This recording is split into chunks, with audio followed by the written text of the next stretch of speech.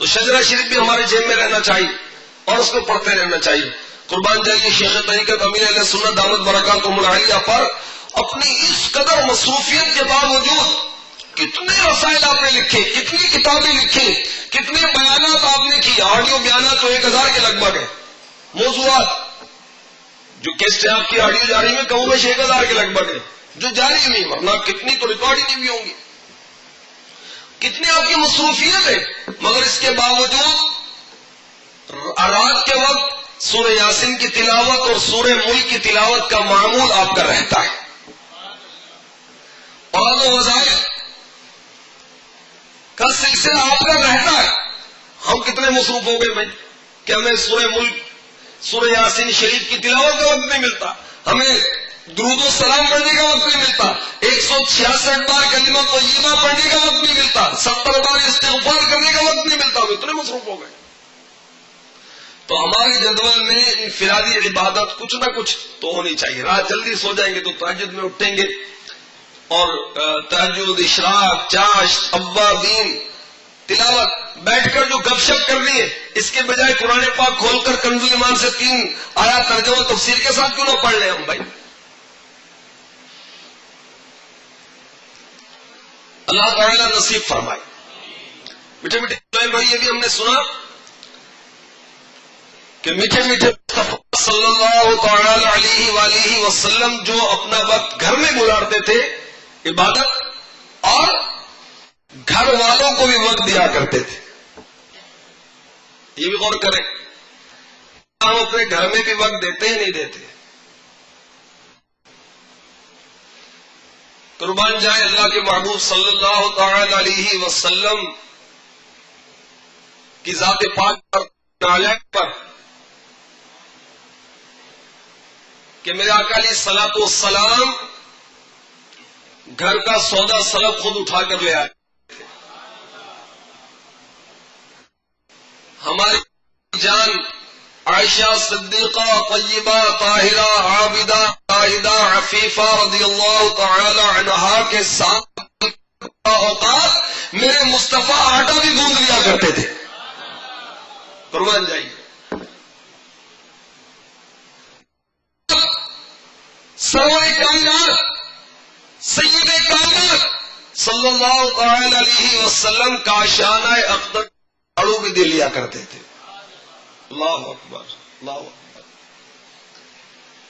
آپ جب گھر میں تشریف فرما ہوتے تو کنویں کے ڈول کی ریپیئرنگ مرمت بھی فرما لیا کرتے, اپنے نالین اقدس کاٹ لیا کرتے, کپڑوں کو سی لیا کرتے, اپنی اونٹنی کو چارہ ڈال لیا کرتے, دودھ دھو لیا کرتے, اس کا دودھ نکال لیا کرتے. اللہ اکبر. تیری عاجزی پہ لاکھوں, تیری سادگی پہ لاکھوں, ہو سلام عاجزانہ مدنی مدینے والے, ہو سلام عاجزانہ مدنی مدینے والے. صلو علی الحبیب صلی اللہ تعالی علی محمد. اب ہم ذرا اپنا محاسبہ کریں. کیا گھر والوں دیتے؟ ہم بہت مصروف ہیں نا. ماں بیمار ہوتی ہے, کبھی دوائی لا کر دی, کبھی ماں کی خدمت کی, کبھی اس کی ٹانگیں بیچاری کی. گھر کے اندر کے جو چھوٹے موٹے کام ہوتے ہیں اس میں حصہ لیتے ہیں ہم نہیں لیتے.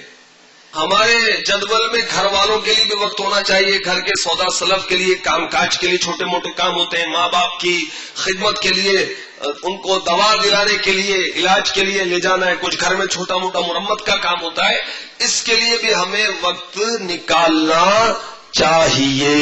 صلو علی الحبیب صلی اللہ تعالی علی محمد وعلی آلہ وصحبہ وبارک وسلم.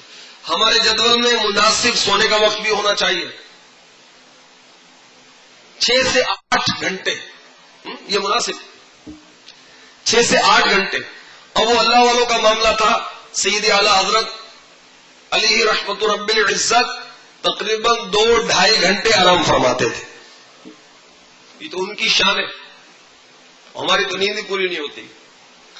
لگا تکیا گناہوں کا پڑا دل رات سوتا ہوں، مجھے اس خواب غفلت سے جگا دو یا رسول اللہ، مجھے اس خواب غفلت سے جگا دو یا رسول اللہ.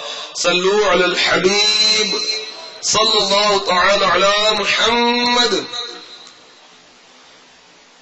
تو 6 سے 8 گھنٹے کا آرام بھی ہمارے جدول میں ہونا چاہیے، اور دن کے مقابلے میں رات کا آرام مناسب تر ہے اور فطرت کا تقاضا بھی ہے. آئیے قرآن پاک سوری پارہ 20 سورہ قصص آیت نمبر 73 ارشاد ہوتا ہے وَمِن رَحْمَتِهِ جَعَلَ لَكُمُ اللَّيْلَ وَالنَّهَارَ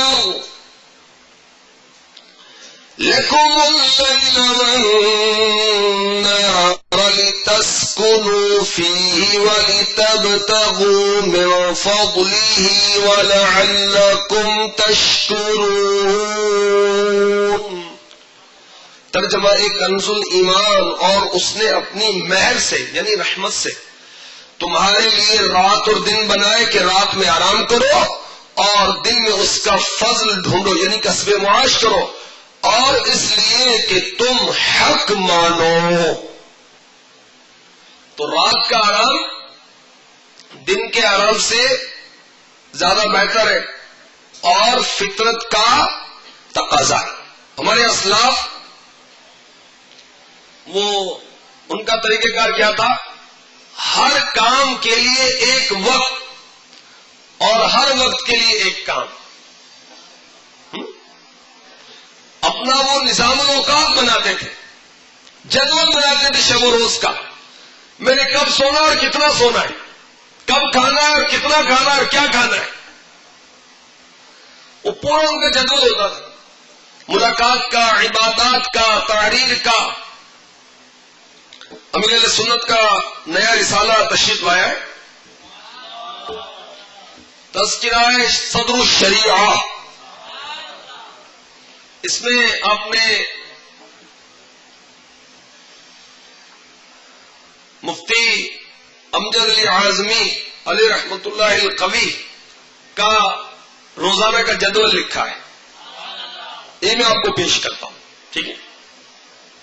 صدر الشریعہ بدر الطریقہ علی رحمت رب الورا کا روزانہ کا جدول کچھ اس طرح تھا کہ بعد نماز فجر ضروری وظائف و تلاوت قرآن، پھر پریس کا کام انجام دیتے، نماز ظہر کے بعد عصر تک پھر مدرسے میں تعلیم دیتے، بعد نماز عصر مغرب تک اعلی حضرت علی رحمت رب العزت کی خدمت میں نشست فرماتے، بعد مغرب عشاء تک اور عشاء کے بعد سے 12 بجے تک اعلی حضرت علی رحمت رب العزت کی خدمت میں فتاوی نویسی کا کام انجام دیتے.